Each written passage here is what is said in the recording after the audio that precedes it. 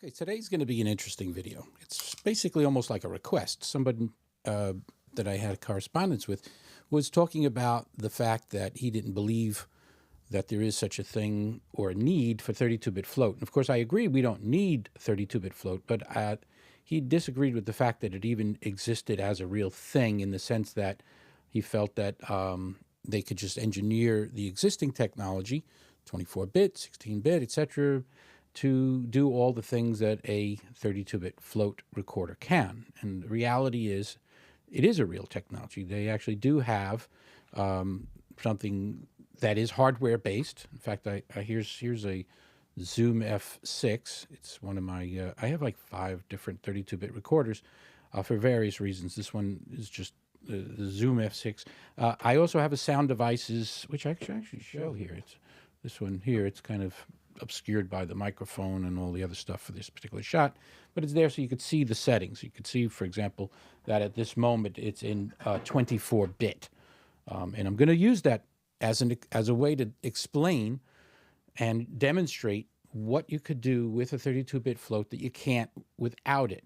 Now, again, prefacing this to say you should generally use best practices to set up your gain properly. If you know where you're going to be recording, a lot of people just use a safety track or a limiter. But the bottom line is, if you record something in 24 bits, it's sort of like, think of if you had a landscape and you had a camera that can only shoot at a certain focal length. And that length is, let's say, between here and here. And all the numbers from that point on in that scale are based on that section there. And that's because the analog to digital converters generally can only work in a certain range. So you have to kind of set up your gain in advance. I know I'm oversimplifying, but essentially there's a lot more out there. There's the typical ranges, and I don't want to quote numbers without getting them right, but we're talking about, with 32-bit float, there's literally like a 750 plus range of dB above and below zero, which is just mind-boggling. Because if you take just on a tangent, the concept of numbers in bits. All right, so if you had 1 bit, you can express only 1 number. And of course, as you add bits, you double the number of possible numbers you can represent. So when you get to the point where you're at 24, you're already using 3 bytes, because every byte is 8 bits. It's a pretty big range, but oddly enough, the way analog to digital converters are, they only can capture whatever's in a certain range. So you kind of step up your gain.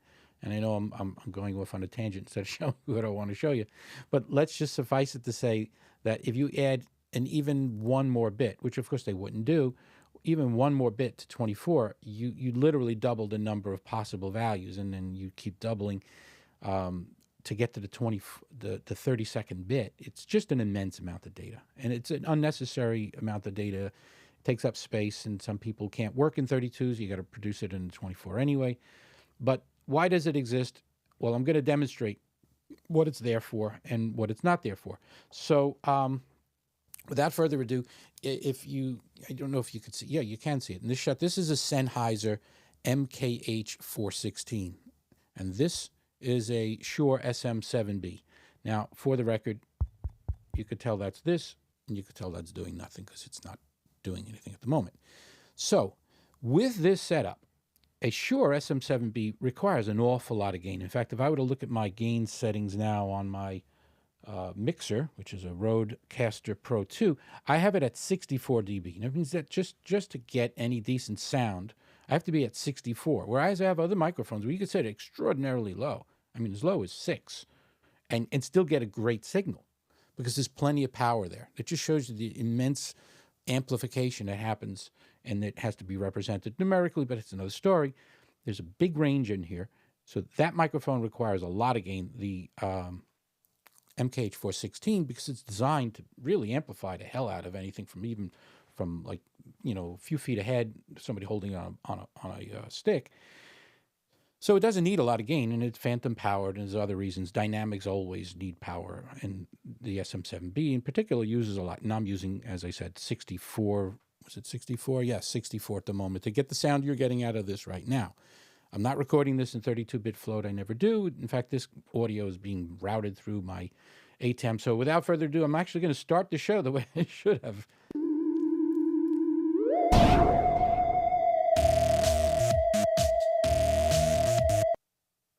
All right, so here I am. And that could be the beginning of the show. But, the whole thing is, this is what I do. I kind of shoot from the hip, and I kind of like to record live-ish. So this is kind of all done in one take. There's no edits going on here. I have all my stuff I could pull up. I can jump over and show you my Mac desktop, which I'm going to use in a second to demonstrate how we're going to edit this. And so here we are. So I'm going to switch over for this point to the MixPre, the sound. Just to confirm here, the sample rate is 48. There's no noise assist turned on. I have that turned off. There's no additional weird settings here. So basically, I am in that mode there, and I'm going to now push this button on the left, which is actually outside the shot. I'm going to push this knob to show you the gain settings, which you probably could see in this shot. It's at 6. It literally is the lowest possible value I could record. So it's armed. It's at 6 dB of gain. There's no filtering. It says low cut is off. I don't have any exotic settings. It's phantom powered. There's no oddities. So I'm going to do is I'm going to record, and I'm at 6 dB of gain. So you could watch this as it's happening. I'm going to hit record now. And from this point on, you are hearing the audio the way it was, but I'm recording this particular section, speaking at this volume level, at a relatively close distance to a really powerful microphone, but I'm at 6 dB. And if you're looking at the meters here, they're actually showing I have a decent signal considering this is just 6. But you really wouldn't want to record a microphone at 6. But that's what it's showing in the left right there. But if you get a close-up over here, oops, I hit the wrong button here. I don't know if you could switch it mid there. There, you could see that's what it's looking like in the mix. It's showing you a little blue dot there, but that's because I have the ability to turn on the noise assist, but it's not actually turned on because I'm actually recording on what you see is the red track here. That's track number 1. So this whole recording here is at 6 dB of gain, and with that, I am going to stop it. Now I'm going to go into my menu here. I'm going to change I'm the wrong menu. I have to push the button on the knob, and I'm going to take the gain, and I'm going to push it. I'm going to really push it. So just out of reference, I'm at 50%, just to show you what the meters look like at 50%. You can see in the mix, it's really pushing red, and in the actual individual track, it's showing the 1. The reason the mix is that way, because there are faders involved as well. So I'm just pushing it. The fader has no value on the track I'm recording, because the only recording track I have turned on is the track itself. So that's 50%, and I'm only peaking the yellow once in a while. So I'm going to go again. I'm going to push this. I'm going to push the gain literally to the top.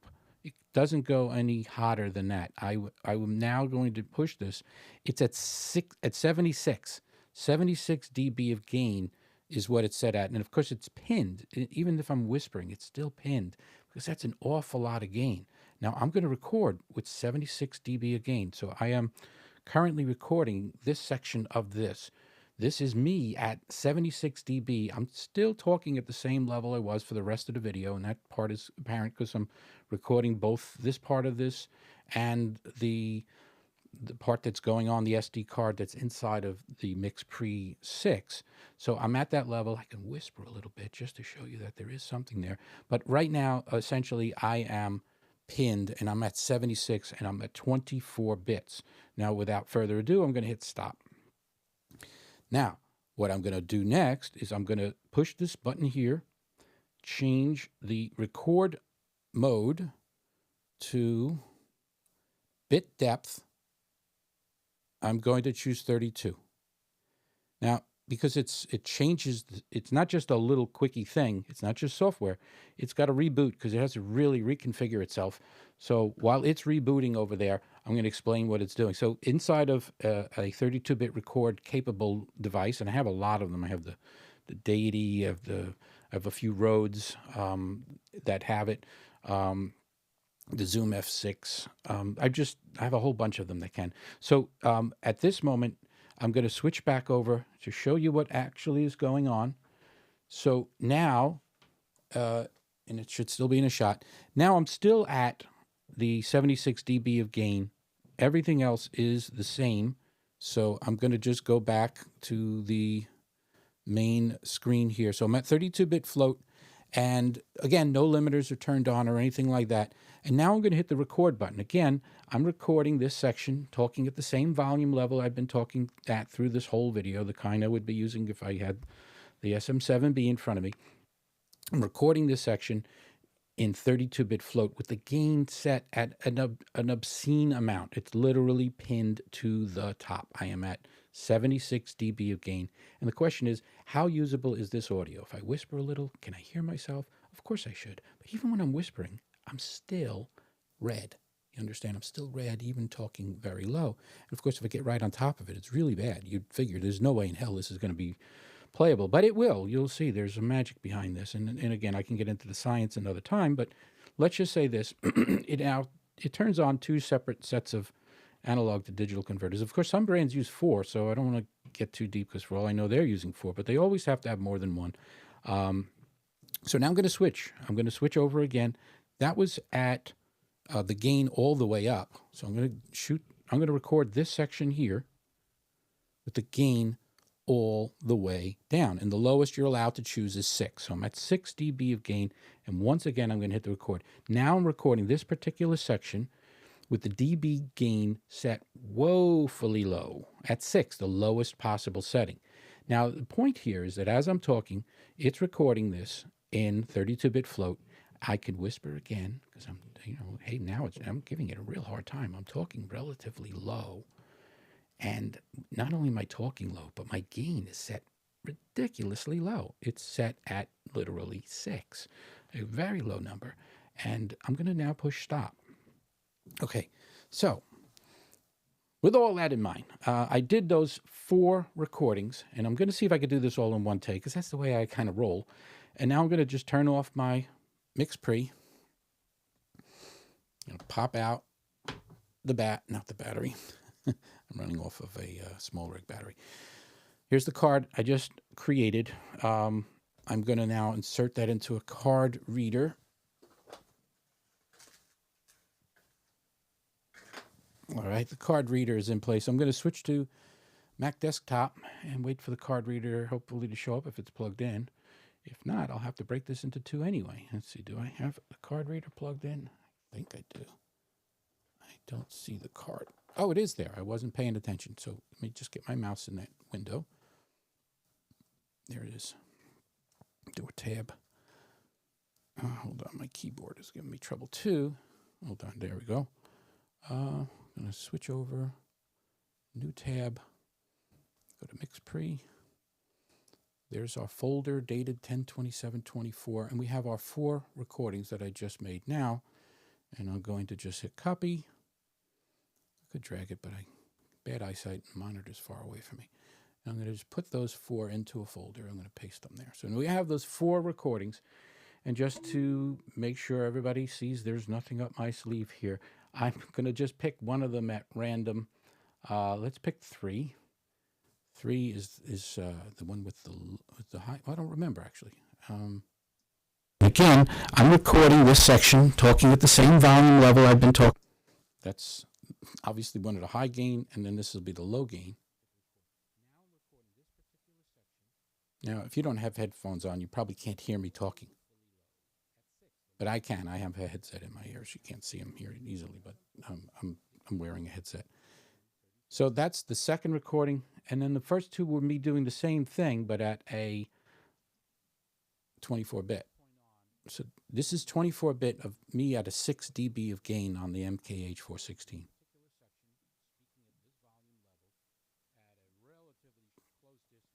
Right, I did that. And let's go down to the other one. 76 dB again. So I am currently recording this section of this. I think we've heard enough there. All right, so suffice it to say, the 2 quiet ones are obviously too quiet, correct? The 2 loud ones are too loud. But as you saw demonstrated in this video, I used 24-bit on one, and I used 32-bit on the other. So let's see, well, how do you make this usable? And the question is, and this is the reason why this is kind of an Ask Joe kind of a thing, There was somebody who was asking me, because he doesn't believe that 32-bit float is doing anything that they couldn't do with just playing with the numbers, because they're just numbers. And I was trying to explain that these are not just small numbers, they're just there's such a variation in the amount of voltages that you get out of a dynamic mic versus a powered mic versus all the different spectrum of different types of things. There's not like one unified range of volume levels. But suffice it to say, my opinion on 32-bit float is it's a necessary thing for some situations. It's not always necessary. There's always a way to get around without it. If you have a recorder that's decent, like this is a MixPre-6, you could have it create a backup mix going to your stereo mix with a lower volume. There's so many other things you could do. You could turn on limiters so that you don't peak. Of course, it won't help it when you're too low, but the point there is that you generally can know what to set your gain at most of the time. If I'm in my studio, there's no reason for me to need a 32-bit recorder because I'm in a controlled condition. I always have the mic right in front of me. If I do clip it, it's because I drop something and it crashes, and then that one part's there. It's never going to distort my voice or something like that. But there are certain people who may really, really need a 32-bit float recorder because they lack the knowledge to understand proper gain staging.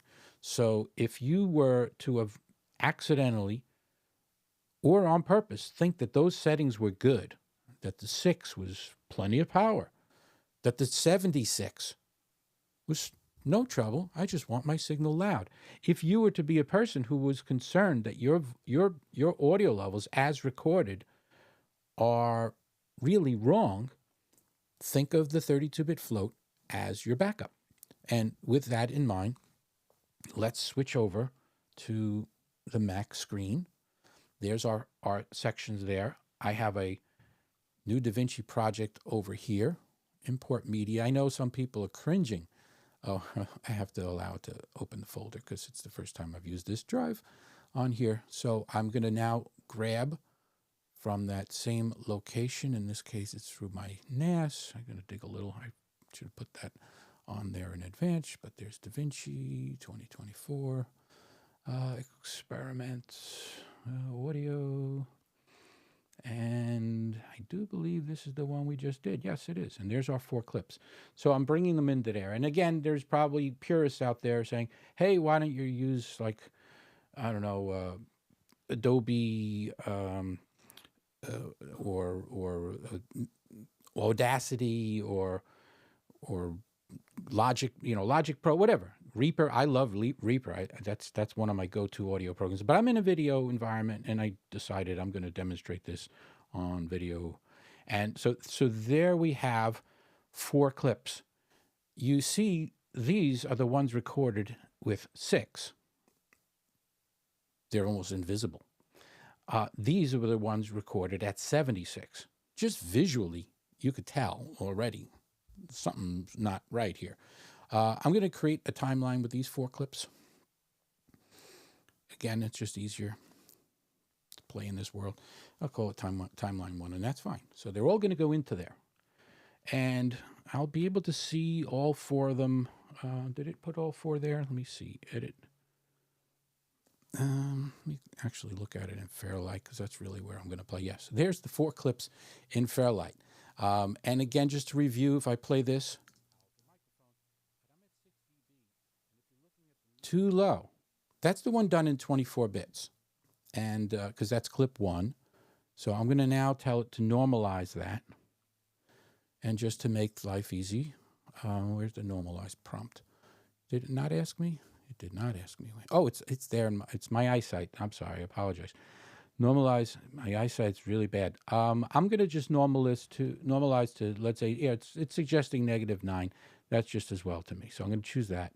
And now I'm going to play that section again. This is 24-bit, me playing that one section.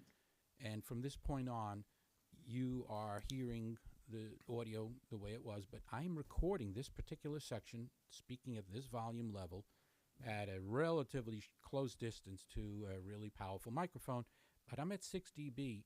And if you're looking at the meters here, they're actually showing I have a decent signal considering this is just 6.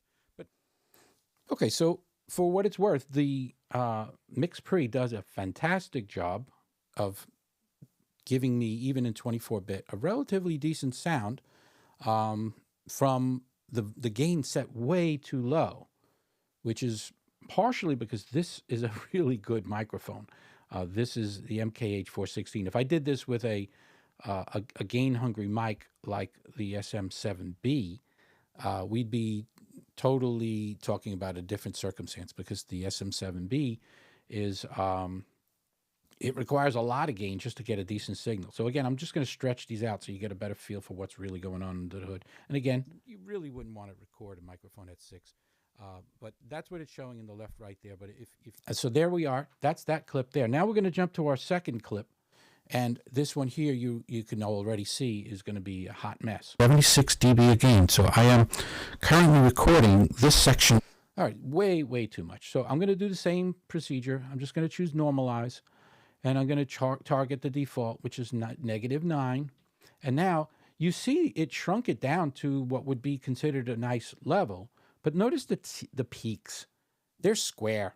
They're square. When I play it back of this is me at 76 dB. I'm still talking at the same level I was for the rest of the video, and that part is apparent because I'm recording. All right, so that was basically, that's the best you can get out of there. Now we're going to jump over to now the next two clips are in 32-bit float. So I'm going to play this clip right here. Again, I'm recording this section, talking at the same volume level.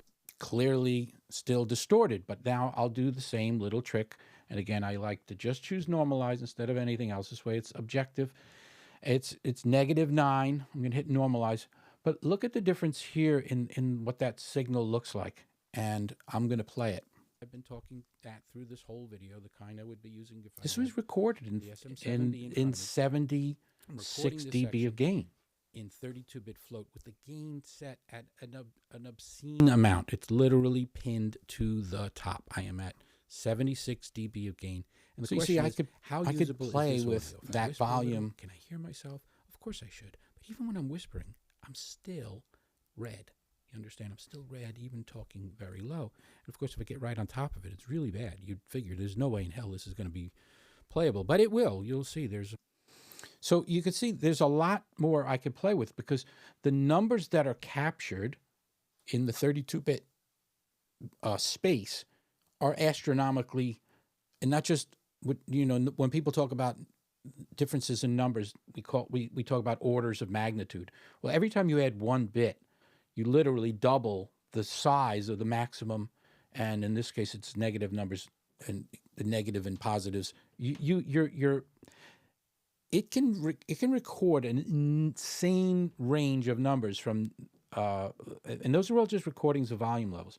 But the bottom line is, the first recording from 24-bit was still recoverable, because it wasn't that I overstressed it, but there's not a lot of signal there. Our last recording here, and again, I'm doing this all real time, so this is all one take. I've gone 24 minutes or so. I'm going to play that.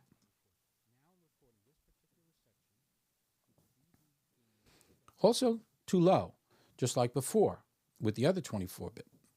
Now I'm going to do the same thing. I'm going to normalize our audio. I'm going to choose the same target, at least initially. And now we're going to play that. Woefully low at 6, the lowest possible setting. Now the point here is that as I'm talking, it's recording this in 32-bit float. I could whisper again, because hey, now I'm giving it a real hard time. I'm talking relatively low, and not only am I talking with the dB gain set woefully low. All right, so what have we learned here? To start off, this was again in response to a specific question from somebody who said he felt that the numbers are the numbers are the numbers, and that there's nothing different about the hardware. He actually told me he felt it was a marketing ploy, and that they just want to sell more equipment. And the reality is, it's not software. It's not just that you could take the numbers in a 24-bit and make them do anything you want. In summary, the thing is that 32-bit float, just to be very, very clear, does not sound better than 24-bit audio. It does not sound better. You understand? What all the extra bits do is they give you that extra buffer to make the gain staging less important. And in this particular case, with the over gain, it makes it irrelevant because there's no possible gain setting, no matter how powerful the mic is. And I could tell you again, if I were to look at the recordings, the amount of gain that's required to run this mic versus the amount of gain required to run the SM7B, it's just drastically different. This is two different types. This is a dynamic mic, needs power to, needs amplification just to get a signal. The MKH-416 Sennheiser, it's a phantom powered mic, and it's also designed explicitly for, implicitly, it's designed for picking up very small amounts of audio from a distance. The opposite. With an SM7B, you'll see radio people will use them because they put them right in front of their face. And that's okay. But if you're shooting a movie, you're not going to have everybody in the movie carrying one of these. So when you're using something like a shotgun mic, especially this particular one, it's going to pick up a lot of signal, and there's no reason to crank up that gain. Like if I cranked this up to 64, it still would have been red. And the idea here is that if you're new to the trade or to the industry and you're trying to understand, you just want to shoot your audio and you're not familiar with how to set the gain properly, when is the red a problem, when is the yellow a problem, what should I do? The 32-bit option is a great option for a beginner, someone who wants to get into this but doesn't want to focus on that minutia. Of course, after a while, you start to realize there's still limitations. So in summary, 32-bit does not change the quality of the recording, but it does give you a lot more flexibility in post-production to be able to tweak and change your result by simply changing the scale. So if the scale is like, all right, it's between here and here, but you recorded it like that, you're able to basically, I don't want to use the word compress because it's like there's a thing in audio called compression, but it essentially says, here's the range that this particular recording is going to fall into, and every possible value that your microphone can produce can be recorded in 32-bit float. There's literally nothing else that's out there. But the reason a lot of audio people, especially the experts, talk about not relying on it or even why it's not relevant in a professional environment is that if you were, and let's even go back to a novice, that's even better. Let's say you're a novice and you think, all right, well, I'm going to go 32-bit float. You just convinced me it's the greatest thing since sliced bread, and I'm just going to be able to scream at my microphones and do all these other stuff. There is a limitation to 32-bit float. It's what I showed you is that I just simply increased my gain too high as if I was the kind of a person who didn't know how to set it, and I set it way too high. So based on that, you can't just go into any situation and assume that you could just turn on 32-bit and it'll work. If, for example, you have a very sensitive microphone and it has issues with what's called the pressure on the diaphragm or on the capsule, you're going to pop anyway, just like being PPP. If there are some microphones which are very sensitive to plosives and they make a distorted sound there, the 32-bit float's not going to help you there. Then if you also have a microphone where let's say you're putting it in front of a drum or an amplifier and you're pushing it really hard, you're hitting the microphone to the point where you're beyond the pressure sensitivity that little sensor, that little diaphragm inside the capsule can handle, it's going to distort anyway. Because it's not the microphone itself, you've exceeded its possible range of what the microphone is capable of. So given a controlled environment, a microphone you know and trust, the one thing you can remove from that is that you could potentially set the gain too high. I also feel because some microphones literally need a little bit more power just to give a signal. You notice I was only able to bring the one that was 0 so far. The 24 held up pretty well, but the 32 was just a little better. So this is kind of like a probably longer video than I thought, but I did it all in real time, so there's nothing up my sleeves. You could see this is the way this was done. I didn't change anything. There are no limiters turned on my MixPre. The noise assist is turned off. It was just the way you saw it there. So that's a long, drawn-out way to demonstrate it. And then maybe in a future video, why don't you subscribe? I love when people do that. At some point, I'll probably do a more technical thing to help people just understand it, maybe even give people suggestions as to which 32-bit float recorders might work for them.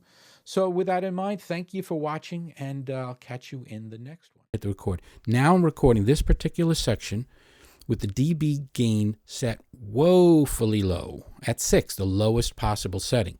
Now the point here is that as I'm talking, it's recording this in 32-bit float. I could whisper again because I'm, hey, now I'm giving it a real hard time. I'm talking relatively low.